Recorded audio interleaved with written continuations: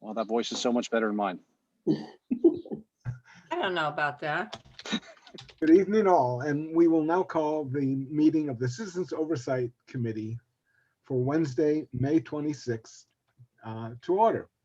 The first item on the agenda is the roll call.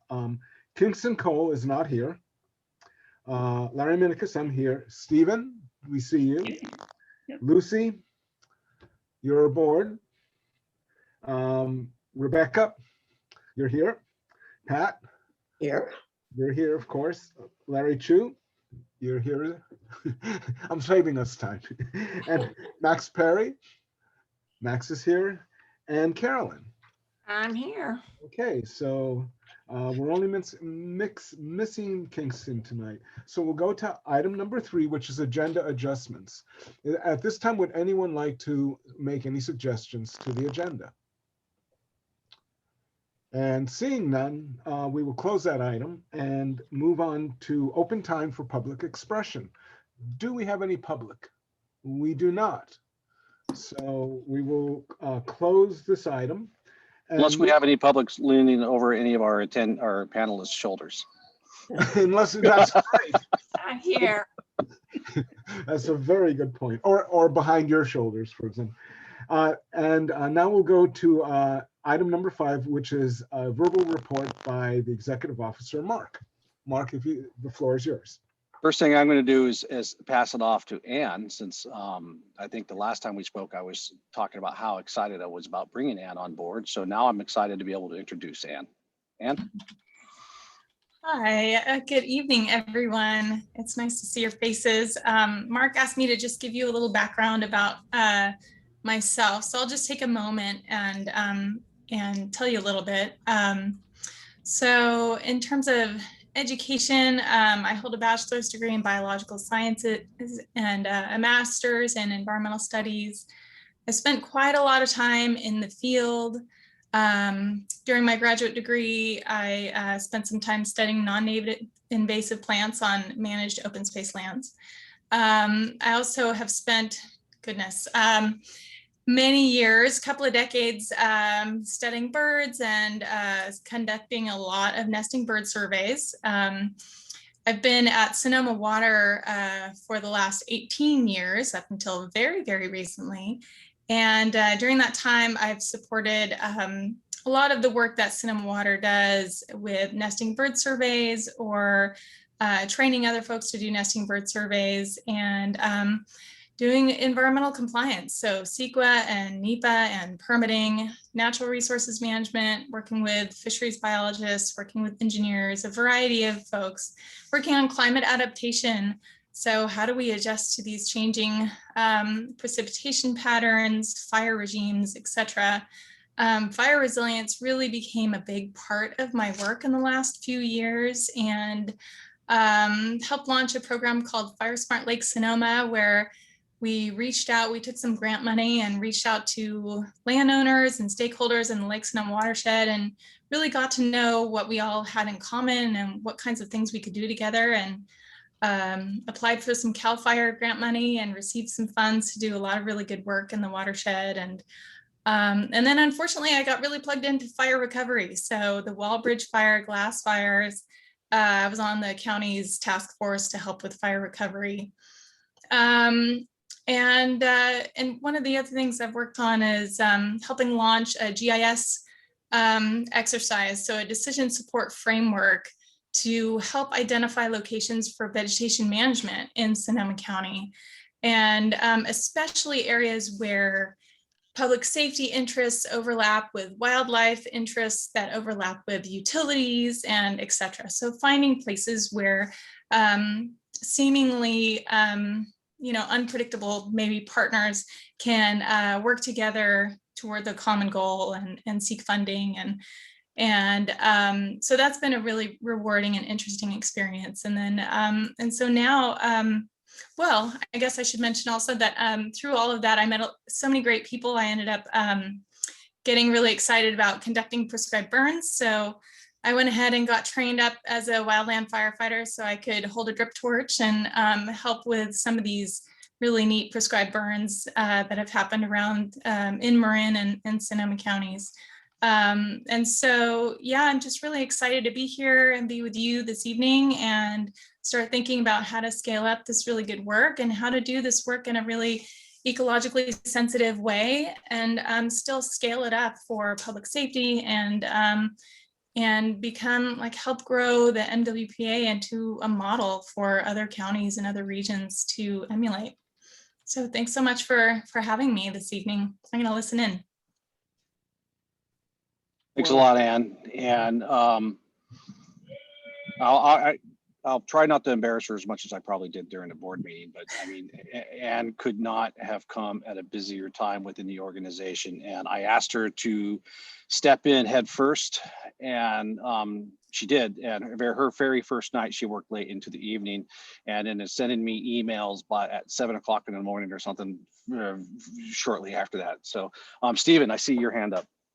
Yes, and congratulations on getting hired, and then I'm really happy that you're here with us. And you have already answered one of the questions I was going to ask, and that was about prescribed burns.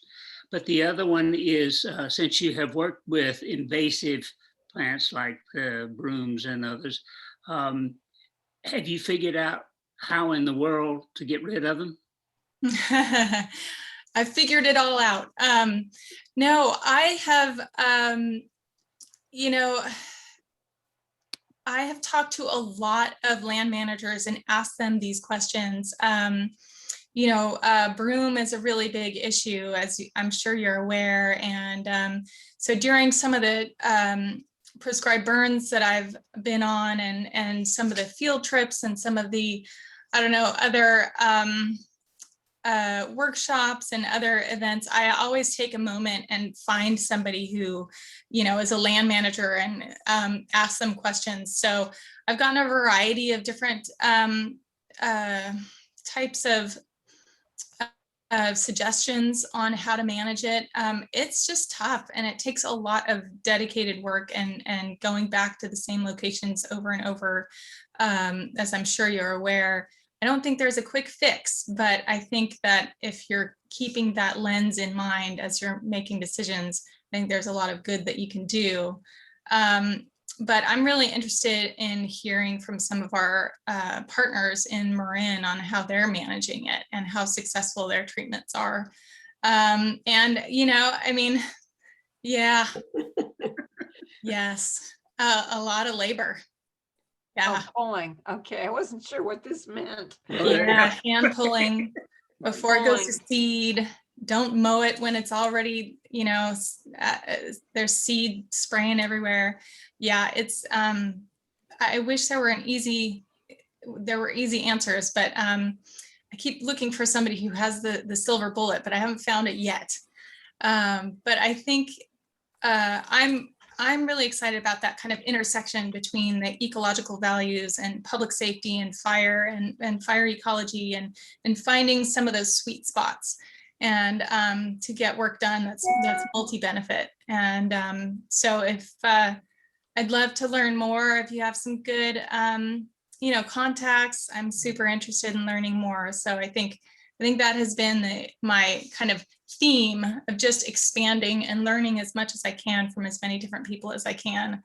In the Lake Sonoma watershed, I met a lot of really interesting, old school ranchers who just had a ton of great information to share, interesting perspectives. And then, I'll sit down with botanists who are managing endangered species on the Santa Rosa Plain, and they've got a lot of really interesting perspectives as well. So I'm just excited to learn from everybody, that I meet.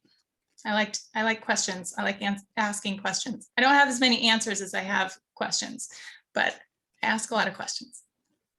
I'll say a couple of things. Let's see, at least 2 hours of my time today we were with Bree Hardcastle, who is the superintendent of state parks for this division. And we were at Samuel P. Taylor Park this morning.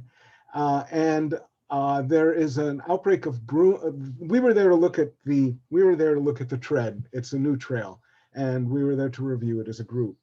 But there's bull thistle that has kind of formed out there, and I pulled 200 broom thistle over 2.5 miles. Today, Wow.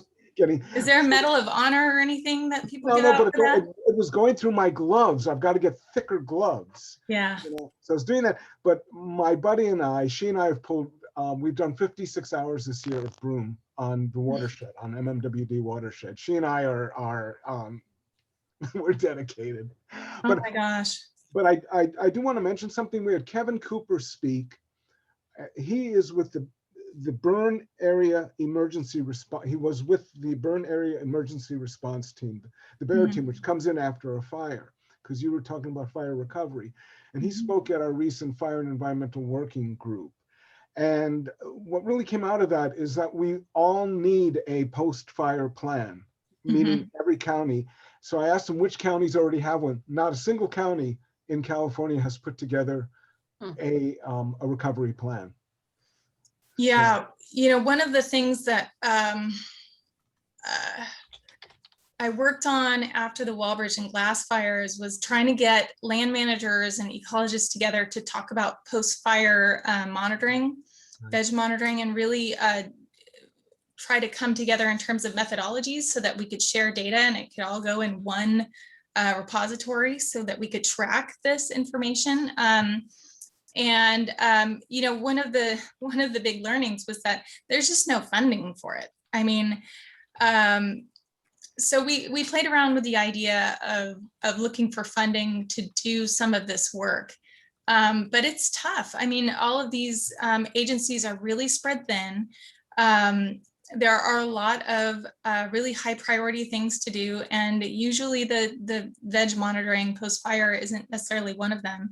But there are some bright spots, I think. Some of the folks I talked to at, I don't know if it was state parks, they had some methodology that they were using, and let's see, I think because some baseline data had been taken years ago as part of the LIDAR effort. And so I think that was a promising starting off point. So I'm hoping that effort continues. And actually I'd love to talk with people about that in Marin County as well. I think there's a lot we should learn. I mean, as long as we're gonna have all these fires, we might as well learn from them. You know, yeah. So I'll be interested to hear what other folks are doing. I mean, you know, there's only so much that MWPA can take on as an entity, but with all these amazing partners in the region, I think there are really some opportunities to learn a lot. And I asked Kevin Cooper, well, you know, it isn't the responsibility of the MWPA post fire. You know, Right. Who would be responsible, would he think? And he said the most logical would be the Office of Emergency Services in each county. At least You that know, was his. yeah. I'm not sure that they have. And this not an agenda item, so I that's don't want to true. get We us. should I probably don't want to limit get the us amount of too time. far down We this should path about talk recovery. online. Yeah. But post-fire planning is really important. I mean, once you put wattles out on the landscape, somebody has to budget to get them off the landscape as well. You know, as simple as that. So there's a lot to talk about there. Spend a lot of time trying to protect little salmonids in creeks, and there's a lot of rich conversation there. Right. Well, it's great to have you on board. I think everyone appreciates you being here, and Thank you. It's going to be excellent because here we are. You know. Yeah. We're all learning together. We're all learning together. It's right. Very much so. Mark, back to you. I'm so sorry. All right. That's all right. It was fascinating conversation, but I did want to get us back on track and I think that not was sway too fine. far. That's from why the we agenda. have you. Rightly so. Thanks, Mark. Yep. And so I really don't like to be a fear monger. And this thing of that's going to be the worst fire season ever. I really try to avoid saying that. And because the flat fact of the matter is California dries out every year. And California gets into a wildfire situation every year. And it really depends on the weather that we have during the summer and whether or not we have ignitions during the summer. and that will define what our fire season looks like. I just have a different feeling going into this fire season than I've ever had in any other fire season. And that is watching the fuel moistures and how, and if you guys can feel free to yawn if I've said this already, and I'll pick up on that cue, because I've said this at so many different meetings, I can't remember which ones I've said it at, but the fuel moistures were trending just below average, and they weren't near critical. They weren't near historic lows back in early April. And here we are in late May, and they have plummeted in a way that I have never seen them plummet in my 30+ year career. Not only are they at historic lows, they have dropped down below critical levels, which typically for those fuels, we're not hitting critical levels till late July, early August. And here we are in May. Across the state, CAL FIRE has burned 6 times more acres this year at the time of year than they did last year at this time of year. Although last year was kind of a slow start. I mean, it picked up, but it was kind of a slow start. So I'm as worried as I've been worried as a firefighter. So, but again, as I've mentioned, I really don't think it changes our sense of urgency. I think our MWPA's sense of urgency was already at a max effort, and I think it'd be unreasonable to say that we could increase the sense of urgency. We just need to help tailor our communications to help people with the awareness of where we are, and perhaps use that to help change some of their practices that are in and around their neighborhoods when they're out enjoying and recreating in the open space, and so on and so forth. Yeah, Larry. Yeah, to your point, I don't think it's fear mongering. And I think, like you're pointing out, it's about communication, because, we've got over 15,000 acres already burned this year and 2,600 fires. That's highly unusual. So I think my experience with the public has always been that, they don't do things unless it's right out there in front of them and it's urgent. So now's the opportunity to convey that sense of urgency. Yeah, and I think it is in our messaging. It's not in what we're actually doing on the ground. I think we're already maxed out what we can do. And it is creating the appropriate communication stream. I just got beat up by so many years from the sheriff saying, "Oh, you guys going to come to the board and say it's going to be the worst fire season ever?" But, moving on. So moving on. My life, and same with Ann's for her 7 days with the MWPA, has all been about the work plan and the budget. A tremendous amount of effort went into that. The strength of the MWPA is the strength of its member agencies, and all of those 111 proposals were written by the amazing talent that we have across the 17 member agencies. And we did, and this is just through public feedback, some from Fern, some from other people, that identified a hole in our approval process that we needed to fix, and that was approving a project before we had completed our CEQA analysis. So that's moved us into a 2-step approval. We'll approve a proposal as an intended project, which opens up money for scoping and compliance. And then when the scoping and compliance is completed, then it will go back to the board as approval for a project. It may sound like this is creating a delay. In my eyes, it is really not creating a delay, because we had always intended doing the scoping and compliance before the project was ever going to start. It's just an administrative step that we had to add to make sure that we are in compliance with CEQA. And then I wanted to talk a little bit about post-COVID. Yeah, I think it's time to start talking about post-COVID, with June 15th being the state's estimated time where they're going to lift occupancy requirements and social distancing requirements. I'm tentatively targeting July for us to start in-person meetings for our smaller committees, our exec committee, finance committee, and COC, and using the Southern Rim Fire headquarters that allows us to be both in person and remote with the technology that they have in the room.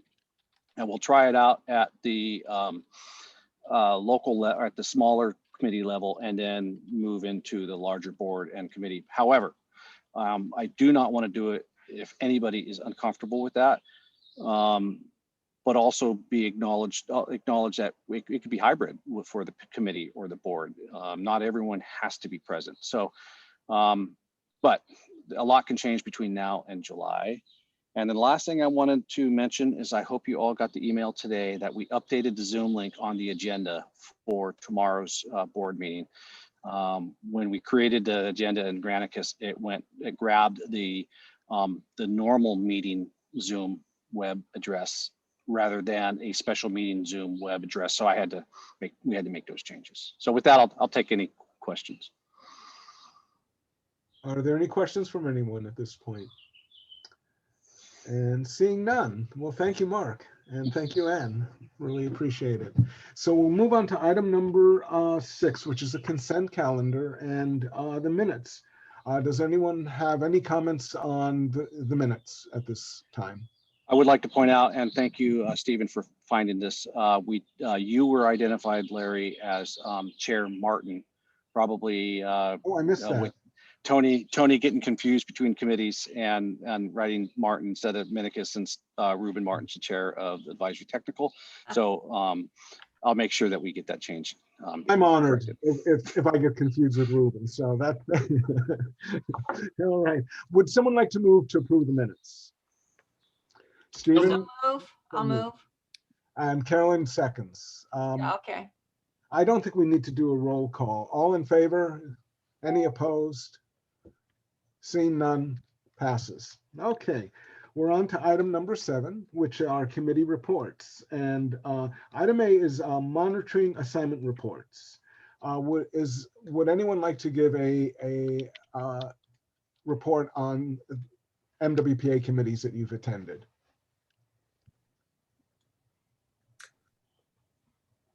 Pat, please.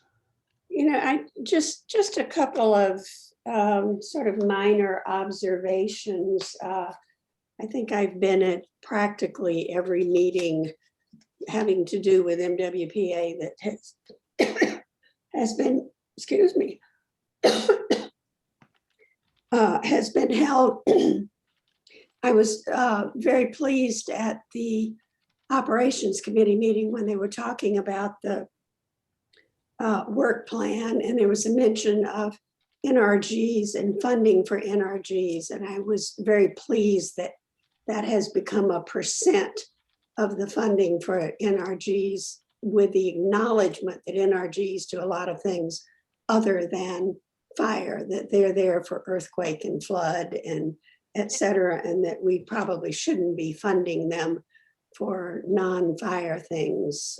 So I found that quite pleasing. Carolyn? Yeah, would you mind just telling us what NRG is? NRGs, Stephen would do a better job than I do, but it stands for Neighborhood Response Group.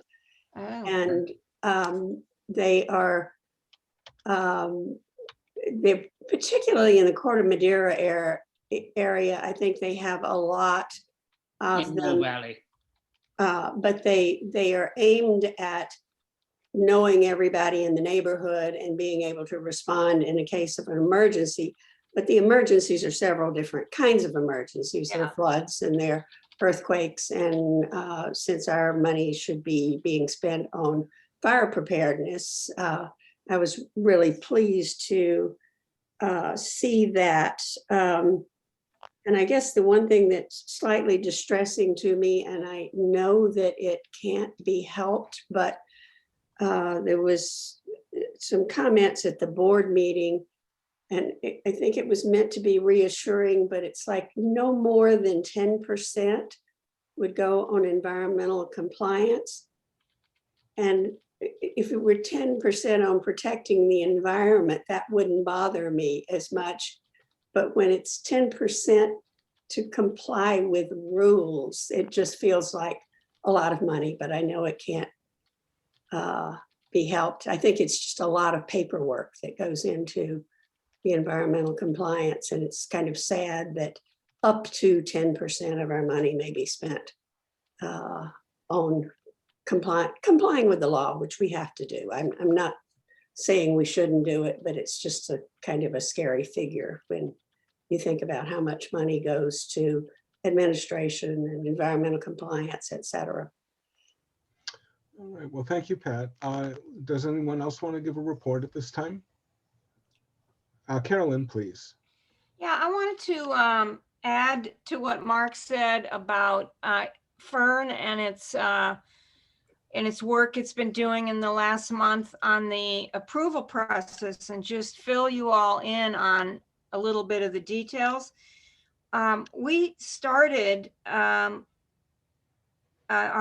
work. This situation came up because we wanted the work plan forms to include a bunch of different metrics for environmental compliance so that interested people could evaluate the projects for environmental impacts. You know, obviously the environmental review is going to be the main document on that. And I honestly, I think there's a lot of us who will be relying heavily on those documents and don't consider it in any way, you know, a waste of money. It's critical for us to know various things like special status species and, you know, in wetlands and all kinds of things that could be presented in any of these projects. So anyway, we had asked the Ops Committee to revise their work plan form from the one they had last year. And we gave them a list of variables that we wanted included. And they did include them in the new forms. However, they said, well, the local members don't have to supply, they can leave that part of the form blank until environmental compliance is done. Because they're just basically not expecting the members to know or understand these variables. And so the trouble with that is that, you know, that the JPA requires that the board approve the work plan by, I don't know if there's a specific date, but it's early June. So the way it was set up, we still weren't going to have the information that we need to evaluate the impacts until after they've already been approved. So this is a problem under CEQA, and it's just a problem in general. So fortunately, we raised this with the committee in writing and in comments, and I give the agency credit for a very good response. They understood what we were saying, and they met with their attorneys and they revised the procedure as Mark was explaining. So now the approval that's going to happen in June is called a scoping and compliance phase. And they approve that in early June, and they allocate 10% of the funds for environmental compliance on those projects that need it. You know, it's not all of them. A lot of them are sort of administrative and won't need it. So I just thought it would be helpful for you all to understand the background on that. So we did comment on the work plan, and I hope that's part of our review. It's going to be part of our report, and I know there'll be a lot more discussion on the work plan and possibly ESP, but I know this coming up on our agenda. So thanks for letting me have some time on that. No, thank you, Carolyn. No, that's actually really helpful. So Fern is comfortable with the way it's proceeding, understanding that it's not a perfect system.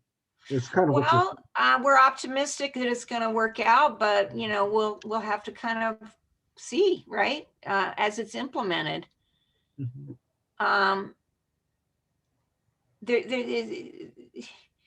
The environmental consultants are going to be, I assume, recommending BMPs, and the ESP also has a set of BMPs. And, you know, I hope that the various committees, because I know these practices, these mitigation practices are going to be reviewed by operations and technical advisory and the board.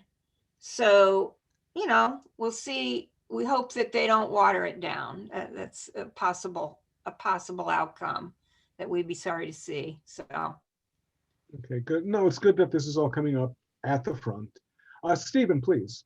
Yeah, I just like to mention that I see this as largely in the beginning an educational process for everybody to understand what the issues are. The BMPs are a good idea, but not everybody's going to understand them. Either sometimes the terminology, sometimes they just won't wade through it. I'll give you a recent example. Yesterday, we saw, I think it was in Nextdoor, a company that turns out it's from the East Bay that will come and do all of the cleanup in people's yards in compliance with the recommendations of CAL FIRE. And when we looked at them, they were stuff that we were talking about a year or so ago, but we've improved our recommendations. But I guess CAL FIRE has not yet. So there's a big educational process which MWPA and Fire Safe Marin, and I guess now and to some extent, and of course Mark, get to help everybody understand what the issues are better. So, and I'm sort of optimistic, Carolyn. yeah, well, I am too. Good, good, good. Thank you, Stephen. I'll give a brief report on the Board of Directors meeting where a vote was taken to not take, is it a cost of living? I don't know what the exact term is. It's the consumer price index, which is basically cost of living. Right, right. To not take it for this coming year due to COVID. And I did speak up and I saying that under the circumstances is understood, but still the compounding effect can be very great. And Mark, I believe you said we were leaving about 360,000 on the table this year, if I recall. And what would have been really helpful would have been for the board and for us to see how that extra 360 might have been used had it come in. So what would be missing? And then also understanding over a 10-year period, if you compound that forward, what is the actual number that will be missing after that 10 years? Because now we've kept the base below what we originally started with. In other words, we've lost a little ground in a sense. So it's just something that I had brought up. It was voted unanimously to hold back and for obvious reasons, but that's my report. So with that, if there's nothing further, we can move on to the next item. And the next item is under 7B, which is ESP Environmental Group Ad Hoc Subcommittee report. And Stephen, I understand you've been elected unanimously by consent to give the report. Well, unfortunately, I had a conflict. There were two meetings going on at the same time when ESP was presenting its thing. And so I only got in on the last 30 minutes or so. But I suspect, I think I saw there were several people there on it, and you all may be able to do a better job of presenting it than I can. Lucy, if I may ask you're on the subcommittee. Is that not so? And you were there. I am, and I was there. I think that ESP produced a document that largely follows the drafts that have been shown to several times in various different meetings. I think it was tidied up and made a bit more concise. So I don't know that anything that was in there comes as a great shock, although it was the sort of final document. Actually, I'm not even sure, and maybe you can correct me. It seemed at the end of the meeting, Mike Swayze was suggesting that people might still be making comments or still have some input into the document, or is it now complete?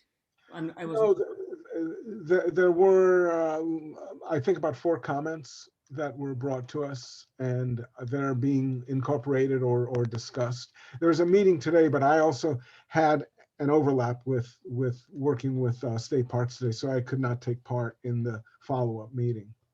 Yeah. What I can say is we were expecting that it would be, it's a living document, Lucy. And we're expecting that there'd be some sort of modification somewhere. Someone would bring up something that someone didn't overlooked or something. So the only thing that I would add, and I think that the principles are well articulated, and I think that most of the people who worked on it felt that it was representing pretty clearly what they were looking for in the environmentally sensitive practices. However, my take on it was that the devil is in the details. And when it comes down, these are sort of broad statements of principle and general intent, and how that gets interpreted into specific activities is obviously remains to be seen. I mean, there's going to be many levels of review. There's going to be many technical experts who are going to say we'll do it this way or we'll do it that way, and so there is, it's not completely transparent, and it's not completely fleshed out. I mean, I think time will take it somewhere that we'll understand really a bit better what it means. yeah, and it still has to go. Mark, I believe it goes to the executive committee and then it goes to the board, and so there'll probably be ample discussion between those two. And there will be several steps before going to the exec committee. They'll and still needs to digest it. Then we are going to work with Panorama to make sure that it aligns with CEQA and everything that involved there. Then general counsel will look for alignment with the MWPA founding documents. Our environmental counsel will be looking at the legal aspect of it. Advisory technical committee will be looking at it to see if they are, it's written in a way that they can understand, and also to look for any conflicts that are in the best fire management practices. And then goes to operations committee for a similar review, then exec, and then board. And the board will be looking at the policy level and the overall alignment with our mission. Oh, thank you, Mark. Oh, Stephen, please, you have your hand up. Yeah, somebody said it was a living document, and that's how I look at it. I suspect that not only will we be learning about the issues that come up in execution and carrying out a particular project, but over time we will learn how to do things considerably better. I'm impressed with the amount of the work and number of hours and expertise that went into the document at this stage, but I think 10 years from now we won't call it the perfect end all and be all of wisdom in vegetation management. We will have improvements as we learn new things. Right, and like Mark was saying, by the time it gets through all this, it's going to be a shiny apple. It's going to be polished. But Rebecca, please.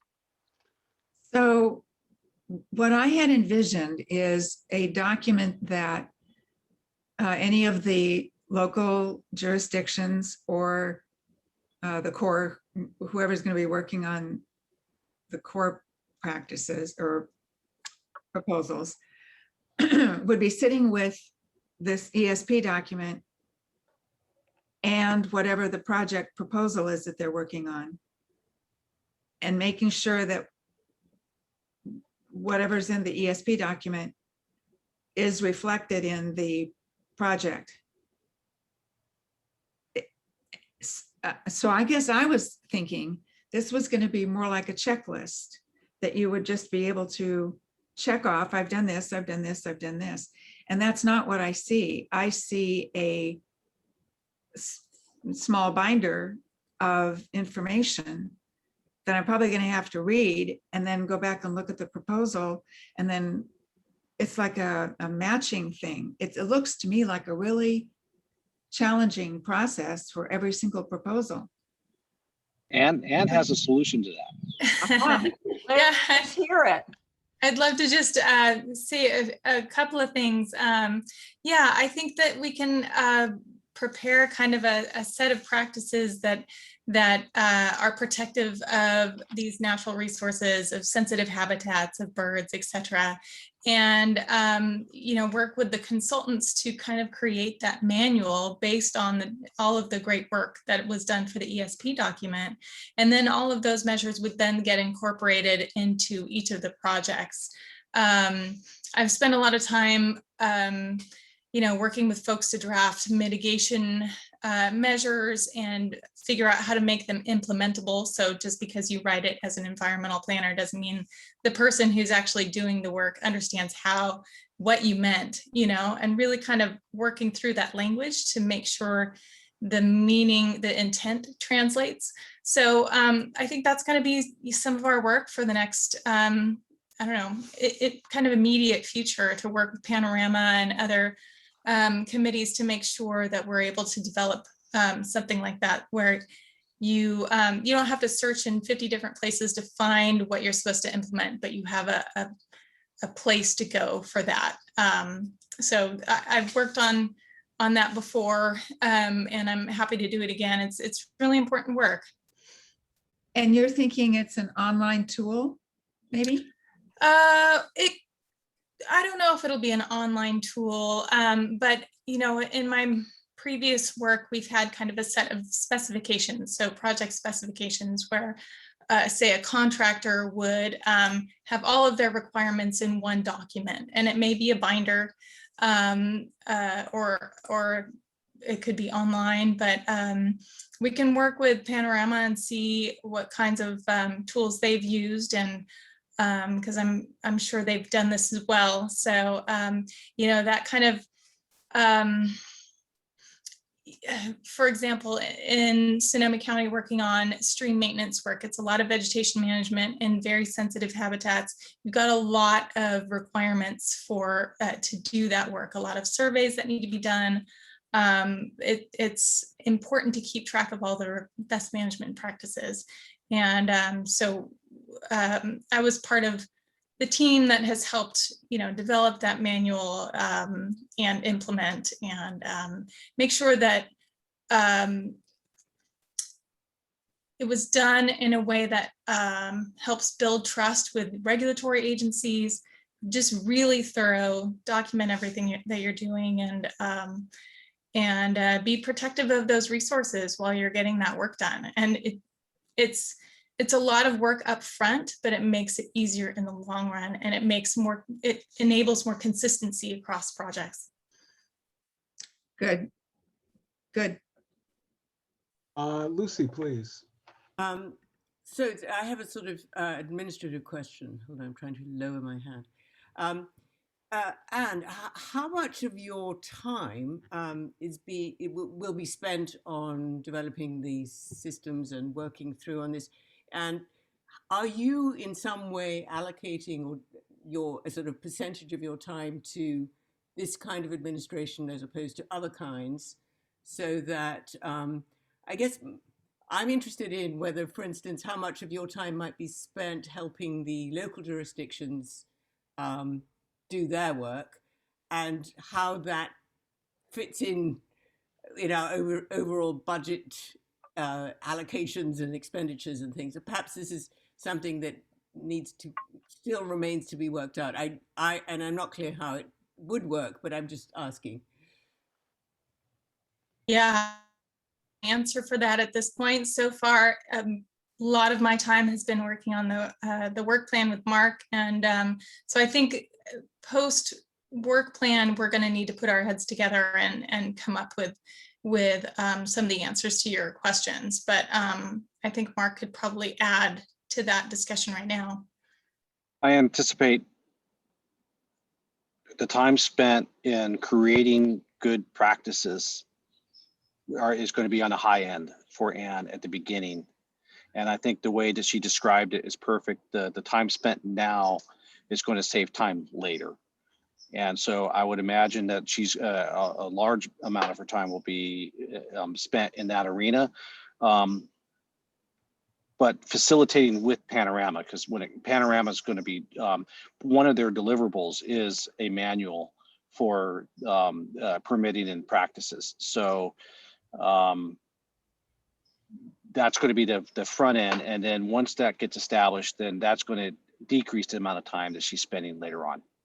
And will Anne's work be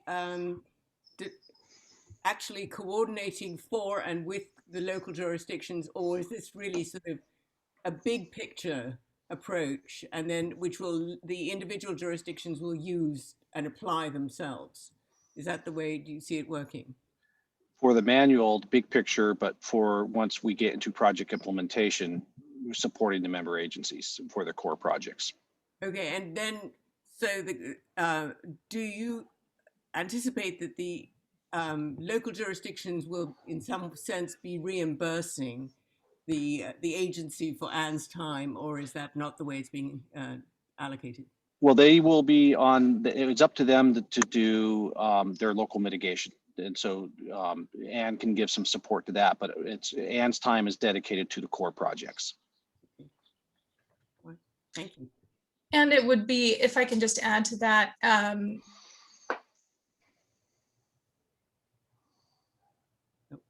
And she froze. And I do think we are straying a little bit from our agenda again. All good conversation, but we are straying from our agenda. Okay. Okay, and Anne froze on us. Larry Chu's got something. There you are. There she is. Carolyn, please. Well, but Mark might want to move on, but I can sort of anticipate some conflicts in this scenario with the ESP. You know, there was an understanding at the beginning. We didn't have Anne, we didn't have Panorama, we didn't even have Mark. And at the very beginning, even the JPA says the ESP is their task is to define these practices. And so there might be some resistance to taking it all to staff and the consultants and redoing it, I might not mind, but just pointing out a potential point of friction. I don't know. Does anybody else see it that way? Maybe I'm off. Well, let me, Larry, if you don't mind, I would like to clarify one statement, though. It is our second whereas and our recitals of the JPA is that we will follow ecologically sound practices. But that is a term of art. It is a general a principle for us to follow. It is not defining the group ecologically sound practices as the people that are creating those. So I do see a distinct separation between that. And if I may add, I think I mentioned this last month, that if you take a look at the Biodiversity Integrated Fire Fuels Plan from the Marin Municipal Water District, Panorama produced that plan, and it'll give you a good sense of what this plan will look like as well. So it'll be helpful, I think. And then just a general reminder to help us stay on agenda. Yes. Okay. But I'm sure Larry will stay on agenda. I was going to bring that up just as you did. I think the other thing we might be cognizant of is we're kind of dancing on the fringes of micromanaging the staff. Appreciate that. Very good point. So let's move forward. If there's nothing else on this item B, we'll move on to item C, which is Policy and Procedures Ad Hoc Subcommittee report. And Lucy, I believe you'll give the report. Would you like certainly. I hope all of you had an opportunity to read it. It's a simple document. It hasn't actually changed significantly since we last looked. Could somebody share it on the screen? Would that be? I'll give it a go? No, I won't, because it'll just waste everybody's time. Is there somebody who could share it, and then we could just? Okay, thank you. I'll take care of it. Thanks, Mark.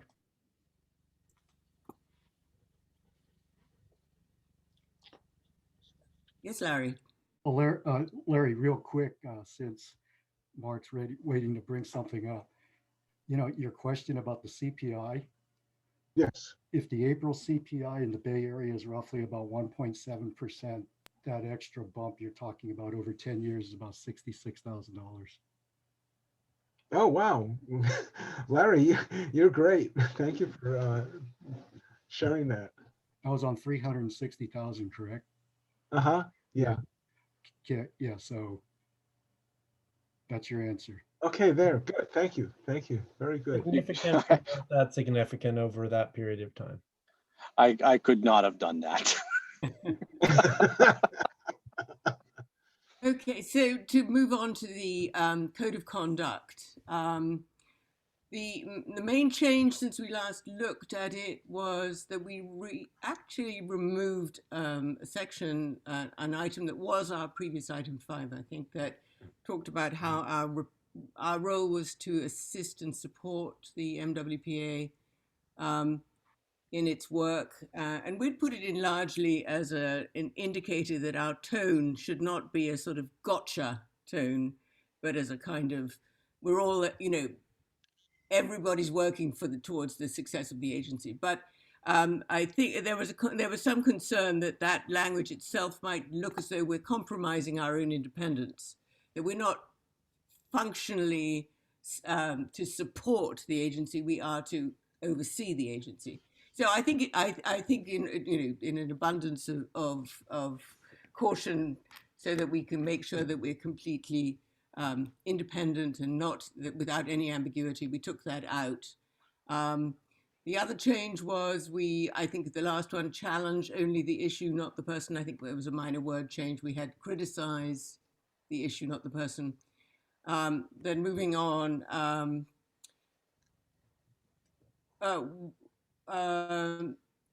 one of the things that we added in item 1 is that at least one observer, in the second sentence, will attend in person or virtually at every meeting, just to make that clear. And then another concern was raised that there might be some implication that if we as observers are unable to attend a meeting, that meeting would be required to adjourn and have to take place some other time, which I think is a little far-fetched, because we don't have that kind of power. Nonetheless, just to make it absolutely clear, we added the sentence, if no member is present at an MWPA meeting, that meeting will proceed without an observer. So just to make it clear, we're not expecting everybody to cease meeting because we can't be there for some reason or other. So moving on, there was, I didn't think there were any other changes.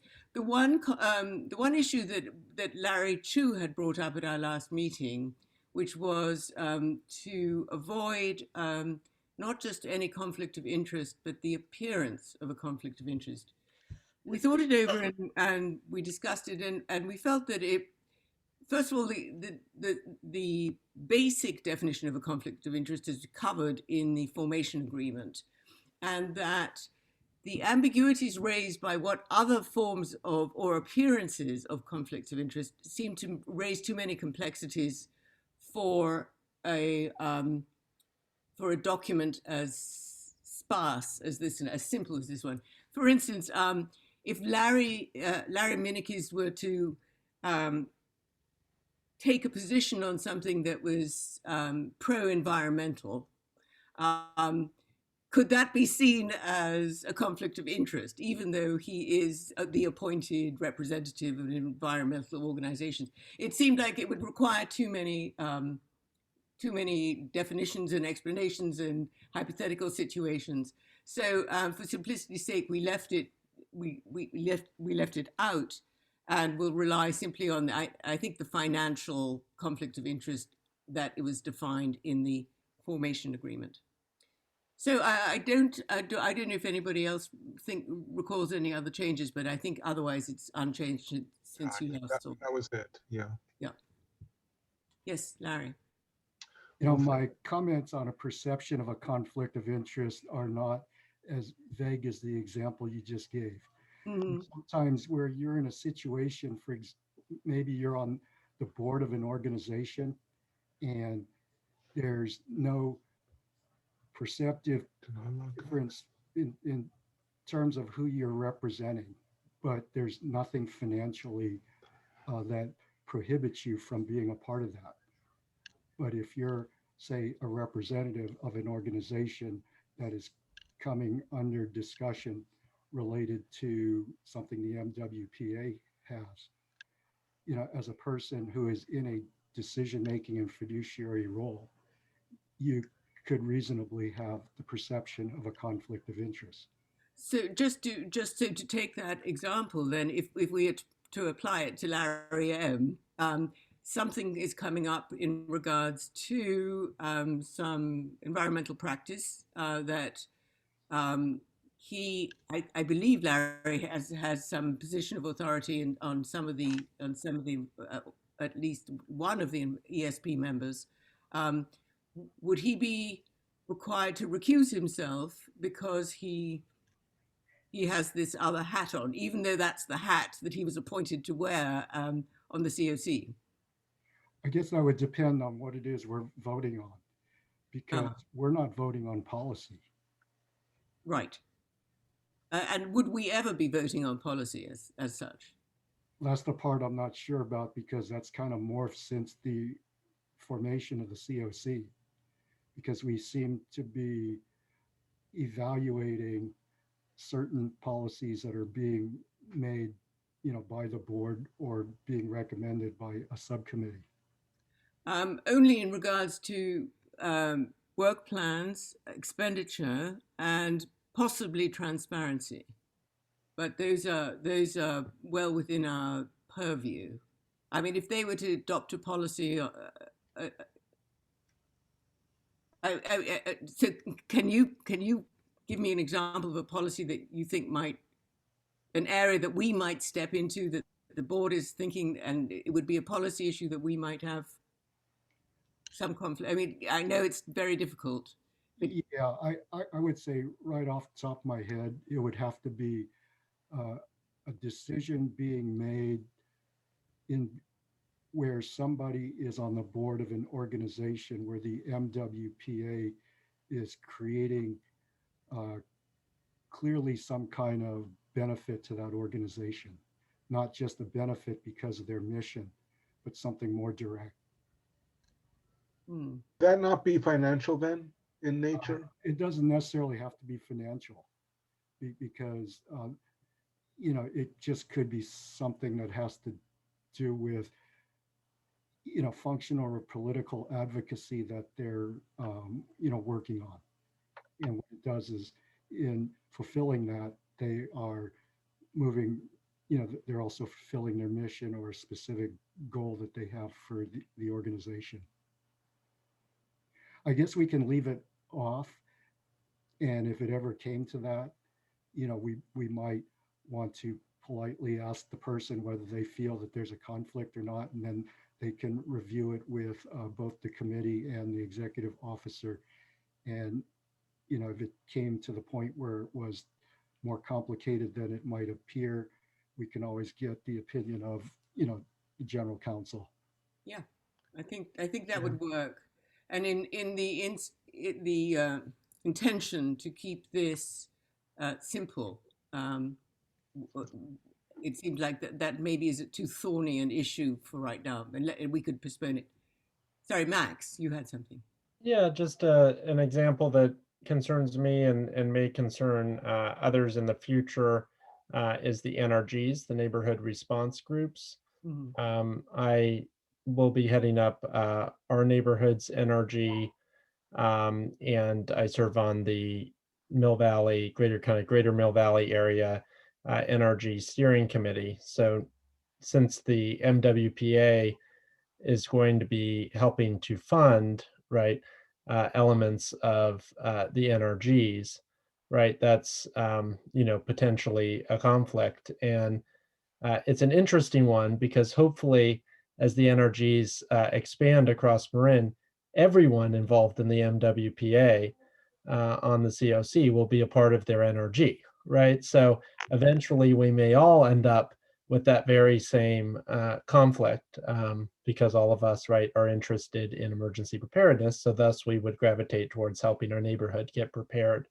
So that's something to think about. I mean, if anyone ever had an issue with it, I would be happy to recuse myself on any vote, but it's just, I just wonder where that heads once we get to a place where maybe there is an issue where all of us are actually in conflict on that if we take it too broadly. Maybe I see it a little differently, that we're each representatives of our, whatever we're sitting here as, and that we are advocates. And there's a difference between conflicts and advocating. And I think the conflict would be, we're moving money in a certain way. We're moving resources because we sit on this committee. But if we're advocating for Southern Marin because look at the problems we have here in this canyon or that canyon, I don't think that's a conflict. I think that's what we're each there to do, in our roles is to advocate. We're supposed to know our area. And if we're seeing something that isn't quite what we think it should be, we should be speaking up, I think. And because I think conflict is different. Conflict is taking, and please correct me, but conflict would be like taking advantage of the position and then using it in a way that benefits unfairly. So if you're, Max, if you're speaking up like passionately for Mill Valley, that I don't see that really as a conflict. I would hope you would actually, or Right. you see my point. Yeah. Well, and it's interesting because we also have these seats we hold, right? So I represent, Southern Marin, right? Not Southern Marin Fire Agency, but Southern Marin as a geographic area, right? And Rebecca represents Novato, and Kingston represents Taxpayers Association. So, well, if the taxpayer associate, if taxpayer groups, right, if cost and other taxpayer groups come with a position, well, the idea is that Kingston's representing those. So, yeah. Yeah. The NRG one's interesting. I mean, it's the same with Firewise communities, and if someone's involved in Fire Safe Marin, right? These are in some ways interest groups, but in another way, the hope is that all of us are involved in emergency preparedness organizations. Yeah. And Larry Chu is working to get back on. He did text me and ask me to have you guys continue the meeting while he works on getting back on. Yeah, that's the first time I've been dropped off a meeting, and I can't say how. I don't know what happened just then. I've not dropped off a meeting in a very long time.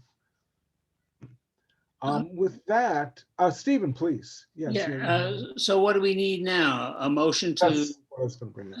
adopt this policy and procedures? Well, that's a good question, Mark. We didn't put it on as an action item. We actually did. We did. There. Oh, we did. We did. I so move. Yeah, and Oh, yes, right. I'm sorry. I'll second the motion. yeah, I would like to thank the committee who worked on this. And as I read it, I also printed up the bylaws that were worked on to just make sure that this was clarifying the things that needed. And I wholeheartedly support this. I guess that's really discussion, and I should hold that to discussion time. Okay, and I think what we should do is a roll call on this would be appropriate. So with that, Mark, can you take the thing away so we can watch everybody? Thanks. We know Kingston is not here. Thank you for the reminder. We know Lucy is, Larry is trying to get back on. Larry, And- before you go to vote, are we doing? I'm sorry? Before you go to vote, is that what you're about to do? Yes, ma'am. Yes. Do we want to do comments or questions from the group? And do we have any public? We do not have any public. Oh, absolutely. If there's any more comments from the group, yes. I didn't mean to close the item early. So never mind. Okay, seeing none. Okay, so Kingston is not here. I vote yes. Stephen? Yes. Yes. Lucy? Yes. Positive. Okay, Rebecca? Yes. Pat? Yes. Larry Chu is not with us at the moment. Max? Yes. And Carolyn? Yes. The motion, the item passes. Yay! And if I may speak for Lucy, yay! Yay. I know Lucy is very happy about this. Oh, oh, thank God. We have Larry coming back in, so. Oh, okay. That is vote. And then while Larry's computer syncs up, I lost track of who, because I am not Allison and as efficient as Allison, I lost track of who provided the second. I provided the second, Stephen provided the motion. Thank you, Max. That's correct. So since we haven't moved on to the next item, we can take Larry's vote. Larry, our motion was to approve the policy and procedures as presented. And it was seconded by Max, and everybody else has voted yay. It's your turn. I'm good. Thank you. Okay, yay. Okay, so the item passes. So we'll move on to item number 8, which is an action item, which is the audit process and financial reports. And the recommendation here is to discuss the process in which the COC should proceed with the audit process, what type of financial reports will be needed, and form an ad hoc subcommittee if needed. So with that, I will open it up. Mark, did you want to open this item? No, it was, and while I left it in action items, I was intending the way it's written, it's just a discussion point because I don't think there's any real vote that you guys can take right now. But this was based on Larry Chu's requested agenda item to start discussion within the COC to determine what your path forward will be for your end of year audit or end of year report. Right. Rebecca, please. And if I may suggest, maybe we should move the item to Larry because he is on the financial committee, and so is Kingston, but he's not here. Rebecca, please. You wanted to speak? Yes. You're on mute. Probably better that way. I was just going to suggest that I had seen a annual report done by the Citizens Oversight Committee for Measure G in Nevada, which is the schools bonds. And I thought it was beautiful for one thing, which really struck me as how can an annual report be beautiful, but it really is. And that it covered financial and what we would call work plans, and thought it was a great example. So if anybody is interested in that, it's available online. Yes, Stephen? Or I can just send it out. Is that okay to do, Mark? I'll send it out, and if Okay, great. Right. Anything we want to go to the group, we send through Mark, and it just always makes So whomever it is on the committee.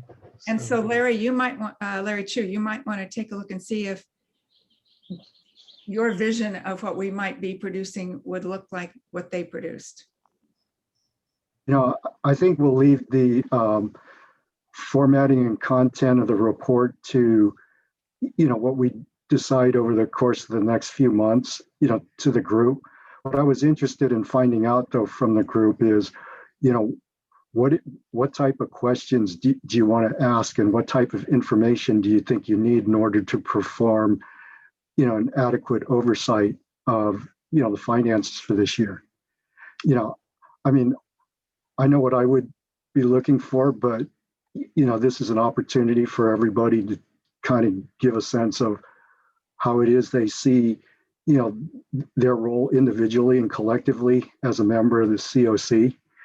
I know that when we see a financial report, it's going to be government accounting. That's not used in a bad way. It's just that it reports it in a way that is, let's just say, more programmatic. Okay, if you want to start looking at things where you want to see functionally or by individual or groupings of expense items, that may need to be reformatted, and that's the type of information we need to prepare, Mark's staff for. I kind of agree with, one comment, just kind of half jokingly, but half not, that the chief information officer of Palo Alto, once said, it's like, if you want full transparency of your financials, the best way to do it is just to hand over, the raw data, because that way the individual can decide what it is they want to review and to present. That way you don't have a presentation bias as well. And that's not meant to be in a negative way. That's stated in a benign way. It's just how people are used to seeing things are the way that the auditors and government agencies are going to present it. But you may have other questions that are not going to be obviously apparent in that format. I would recommend, though, I don't know if everybody would agree with this, that Larry and maybe you and Kingston could come up with a draft of the types of things that we might want to look at. And since you're familiar with how it would automatically be presented under government accounting principles, and how, in your experience, these things might need to be broken out, it would give us something to work. I don't have the knowledge or the reference to know precisely exactly what I want to see and how it should be presented. But I think you and Kingston do have that. And it would be very helpful if you could at least locate the issues for us. Yeah, and what I had planned on doing first, you always have to go back to your formation documents. So, from a finance standpoint, what's our charge? And very simplistically, it's that we're trying to validate that the money that was spent is spent in accordance with the Measure C. Yeah. So, you're basically asking questions associated with, those expenditures, and whether the presentation of that gives you the comfort level to be able to say, yes, it was spent in accordance with Measure C, because that's ultimately going to be the key statement in whatever it is we present. Yeah. What? Oh, yes, Rebecca. Rebecca had a great idea, I think. So, yes, and to what you just said, Larry, that it should go by what's in Measure C. And then I go back to, yes, and the COC would want to be able to make that clear to the public. So to say, here are the things that Measure C looks at, and here's how the money was really spent. So go to the financial documents and have somebody help us figure out, where did the money, did 60% of it go to? Did 20% of it go to? Did 20% of it go to? And then what were the projects that money got spent on, for example? So you don't have to list everything or show everything, but to give the public some examples of what projects got done that they might be beneficiary of. Yeah, and I totally agree with that statement. What's going to be hard or create extra work for us, of course, is when the money gets allocated to the individual cities.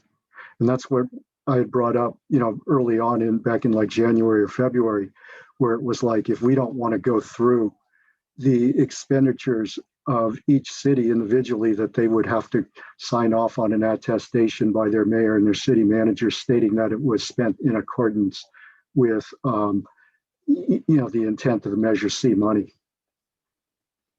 And how was it, that was my understanding that was always going to be the case, that was the principle under which they would receive the money, was with that attestation. Is that not, is that in question, or is that, perhaps Mark can answer that? Well, that was a suggestion that I had made a few months ago, but I don't think we ever, I don't know if the board ever took that back to their individual member agencies and said, this is what you need to do. maybe Mark, you can, speak to that. We haven't gone to the formal piece of the attestation. I think we could build that in. I think it's a great idea. Pat and I had talked about that on future versions of the proposal forms to have that piece in there. And then what we're relying on is the JPA language saying that there cannot be supplanting, and then the disbursement policy stating how the money goes out, and that is for local mitigation projects, not for what they were already doing. So basically, it didn't say supplanting in the policy, but that was the intent. Yeah, that's what it means. Exactly. So, Larry, are you saying that if the attestation were present, we would not have to dig right down into the numbers for every single local jurisdiction and simply rely on that as having, met a standard that we could approve? Well, it depends on how deep into an audit function you really want to take on this. I mean, you're talking about member agencies who are all part of this team, and hopefully they're meeting the intent and the spirit of what this was supposed to do for the sake of the public. But then at the same time, as an oversight committee, we're supposed to be playing defense too. So the question is, do we spot check some? What do you got? How many agencies do we have? Probably like 20, 25 members. 17. 17. Okay, I'm thinking more along the lines of Mira, but yeah, I mean, it would be really hard for us to go back into the individual public works expenditures of 17 agencies to make sure that they spent the money in accordance with the intent of Measure C. The attestation, you got your top elected official and your top administrator signing off on it. Would they want to place themselves in that kind of jeopardy and scrutiny if they were, truly trying to deceive, the MWPA and the public? I would think not, for the amount of money that we're talking about. But if we were to really say, well, we're thoroughly doing our job, maybe every year we pick 3 agencies or something like that. Over the course of 5 years, everyone would get reviewed. So they would get reviewed twice over a 10-year period. Uh-huh. Sounds right. But see, yeah, these are the things that I'm, that's good conversation right now. So if we were to ask, Mark, I wasn't quite clear, do you think that this will eventually be part of the form, the attestation, so that it's not a question of us at this point asking for it? We can just assume that it's going to happen. Is that right? That's my plan. And I'm adding that. We learned so much through this work plan. I have copious notes, and that is one of the items that's on my notes. And I think it actually was last year when they had this very simple and we're only doing the local 20%, because I don't think I made this up, but I think that it might have been an attestation last year, and then it just simply didn't get carried forward when it got to be a more complicated form. Mm-hmm. But I like that idea of doing some spot checking, doing something so that, because I think everybody means well, everybody intends to do the right thing, but I think people have blind spots just because of the positions they hold or the way they come at things. And I think all of us need to check our assumptions from time to time. Stephen, you have been very patient with your hand raised for quite a while. Please, the floor is yours. One is, I like Larry Chu's idea of maybe a couple of times over the 10-year period, the next 9 years or so, that we dive in a little bit deeper into three agencies or something. But the other is back to the attestation thing. I remember that in the meetings we had to design the MWPA, this issue was brought up. How could we be confident that there wasn't some fungibility in the finances of one of the towns? And Jason Weber brought up and suggested this idea of attestation. So it's been around, the idea has been around before, I think even before the vote started happening on the agencies to decide to join. Yeah, yeah. You know, where this might be most likely to happen, where there would be a concern is if a town has already funded something, like San Rafael here in my hill does the goats, and if they, because that's what the money is not supposed to do. It's not supposed to replace programs that are in place. And that's where it would be fungible. The town tries to shift so that they can move the money that they were doing, say, for goats to something else. That would be the kind of thing you'd watch for. But I was also thinking, as you all were talking, that it almost suggests that there could be local similar COCs at the local level, where they're working with their specific fire district, making sure that they're doing what they're supposed to be doing as well, rather than the central group looking at each region. And that would really be a motivation on a local basis. It wouldn't be something required. Pat and Lucy, you both had your hand. Yeah, you know, given that there are 5 of us who are representing regions, and I know that I've personally printed out the San Rafael work plan things so that I can pursue those very carefully. And, you know, Rebecca can do likewise for Novato, and Max, I think you're Southern Marin, but we could, I think we're going to kind of naturally do that just because we naturally have an interest in our particular areas. And Lucy can keep an eye on Fire Safe Marin since you're the FireWise person. Lucy, you wanted to say something as well? Well, I do want to say one thing.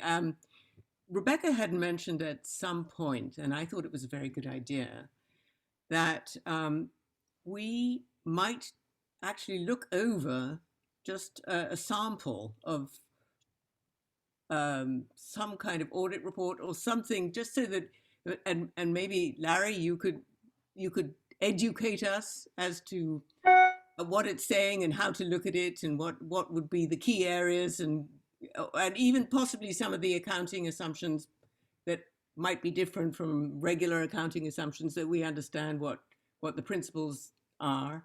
Would you think that would be possible? Yeah, I think, well, I haven't seen we haven't seen an MWPA audit yet, and this will be the first of, first annual financial cycle. So, we can take a look at whatever they have as a draft as we approach, year end. We won't see it from the audit side, but just in terms of what the MWPA will be presenting to auditors. I think one of the things we agreed on was that whatever goes to the auditors will come to the committee. And in many respects, we'll be working on it simultaneously, in a sense that we'll have our own questions and be looking at the data, to answer the questions we have. And then ultimately, whatever audit does come out, we would need to review that and, I guess, have a statement saying that we accept the audit, or recommend that the audit be accepted by the board, because we're not the ones who formally accept the audit. So would the process then be that you and the finance committee would review it and then make a report to the full COC explaining what you're seeing and what the assumptions are behind it? We could all discuss it and ask questions, and then educate ourselves really as to how these things might look or should look. Yeah, we can do that. Yeah. That's part of this discussion too. It was to find out, okay, is this going to be a finance committee thing? Is it going to be kind of like, the whole group taking stuff home and doing homework and coming back at our next monthly meeting? Could take, a couple different forms. And do you have a preference? What do you recommend? I think I don't know if it's June, but maybe the July meeting, it wouldn't be bad to have a little workshop for, this committee, just to get familiar with what's being presented to us, and that we can kind of follow up on some of the things that we're kicking around here. Sounds good. And I did create in the action item the ability in the agenda to form an ad hoc subcommittee, if that is something that you guys would like to go to have a group kind of build what you're talking about, Larry, for bringing to the next meeting. Mm-hmm. Yeah, this is something I work with Mark on. We can continue the discussion from here and then come up with sort of a working session in terms of, what to expect in terms of format and data. And hopefully, by having an advanced look at it when the staff report goes out, before our meeting, that you can come up with other questions to determine, what else you'd like to see. If you're not familiar with looking at financial statements, then over the course of the next month, if you're looking at yourself as being in a financial oversight role, what type of questions would you want to be asking, so that the data can be presented to you so that you get a satisfactory response to those questions. Rebecca, you've had your hand up, please. So Larry or Mark, maybe, would the auditors be looking at the financial statements to ask those Measure C kinds of questions? Are they going to be looking at it to say, did the money get spent where it was supposed to get spent? Or are they just looking at it basic financial, do the numbers match up with each other, and is their money going someplace? They're looking at, do the numbers match up? Were our accounting practices solid? And then an analysis of our fund balance and where we are financially. Are we healthy? Are we not healthy? They're not looking for alignment with Measure C. Okay, so if we are asking those kinds of questions, then that would make sense, that we're not duplicating somebody else's effort and we're doing what our charter is. Yeah, the other thing that the auditors will be doing, and I'm just tagging on to one of the things Mark said, but to give you greater clarification, is that they will be looking at the organization's internal controls as they relate to, the finances. And, we have to acknowledge that, this is a small agency with 3 employees. And, if you want a fully diverse set of controls, sometimes you need as many as 5 different people. Well, you can't achieve that with a small organization. So there are mitigations that staff will have, or that the auditors may present if they don't have them. But ultimately, it is also to achieve, besides, your financial health, where there are risk and vulnerability associated with your financial practices. Thank you, Larry. Pat, you've had your hand raised. Yeah, and I probably should think about this between now and the next meeting, but it feels like we're focusing entirely on the financial. Was the money well spent? But this is the work plan and the financials, I thought, is the wording in all the founding documents. So we're not looking just at financial controls, but looking at are these the appropriate projects? Or, you know, I need to think about it a little bit more because I haven't thought up until now about exactly what this product that we're going to produce is. But I love that we have Larry and Kingston who have all this financial information, but I think it needs to be more than just looking at the money and how it was spent, but at what was done and what was accomplished. Does that make sense? Yeah, no, I think that's part of our role. It's in our bylaws and everything. So I don't think that's in question. We just haven't been focusing on that part of it tonight. Well, We can all sleep on it. we sort of have a split set of responsibilities. One is to adopt a report. I think the language is that, and I can't remember the exact language, to adopt a report, and it's to do specifically with the audit.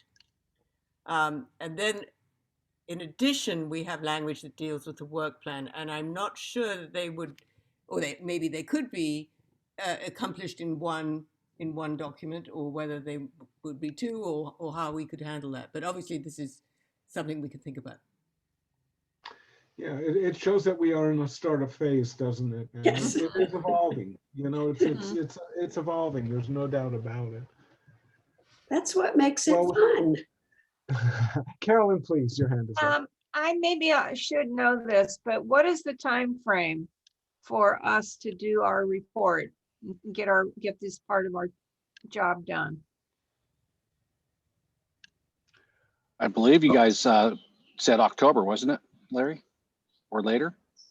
Yeah, we're going to have to wait at least 3 months, you know, for the audit to come out, you know, at a minimum, I would think. And then if we're running in parallel to that and, you know, our conclusions and observations come up in sync with the actual audit, then it would take us another meeting just to get the final draft of the report together, which ties our efforts and the audit together.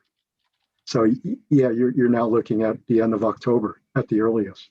Okay, thank you. Right.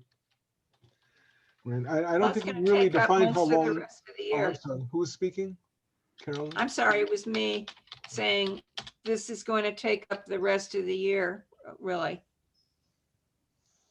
I think that's what the language you guys built was, received the audit in October and produced a report by the end of the year. Is that correct, Larry? True? Is that your recollection? Yeah, vaguely. And that's why when we had the discussion about our terms and things like that, you know, it made sense that things ended on the calendar year. Right. That's right. That's right. That's right. Well, okay. If there's no more comment on item number 8, I don't know that we need an action item unless someone wants to, at this point, suggest we form an ad hoc subcommittee. It may be a little early, but we're open to suggestions. Well, and if I may summarize what I heard, is that Larry Chu and I will connect and start looking at the different types of reports and present something for you guys to chew on at the next meeting. Fantastic. Okay, very good. So with that, we'll close the item and we'll move on to item number 9, which is if anyone has any information items at this time, this would be the time to bring them forward. And Mark, do you want to just give a recap of what meetings are upcoming in the next week or so? Just real briefly. Sorry, I didn't mean to put you on the spot. No, it's actually pretty easy. This is We have my favorite meeting ever tomorrow at 3 for the work plan and the budget. And then the executive committee will meet on June 3rd. And then the next board meeting is June 17th. Very good. Well, thank you for that. And with that, if there's no more information items from anyone, I'll move on to any requests for future agenda items at this time. This would be the time to bring them up. And if you think of something later, you can always write it into Mark. Seeing none, I guess we will move to item 11, which is adjourn. Do I hear a motion? Yes. Okay, we've got Pat and Stephen and Lucy and Max. I think you all were kind of jumping at it. And with that, thank you so much. It was a really good evening, and enjoy your, the moon tonight, Oh, yeah. the blood moon. I think it was at 9, so. Thank you. And welcome. I may still be to outside. Goodbye to Thanks. Mark. Right, thanks for coming, Ann. Yeah, Thank you. Well, Thanks thank you having so me. much Good for to see staying you through the both. meeting. We appreciate. Take care, everybody. We appreciate it. Okay. I'm running off to a Bolinas meeting. Oh, really? Now? Oh, yeah. So see you later. Okay. Never See you told later. Paul. Literally long. running off, See ya. zooming off to it. All right. Oh, Yeah, okay, zooming, of course. right.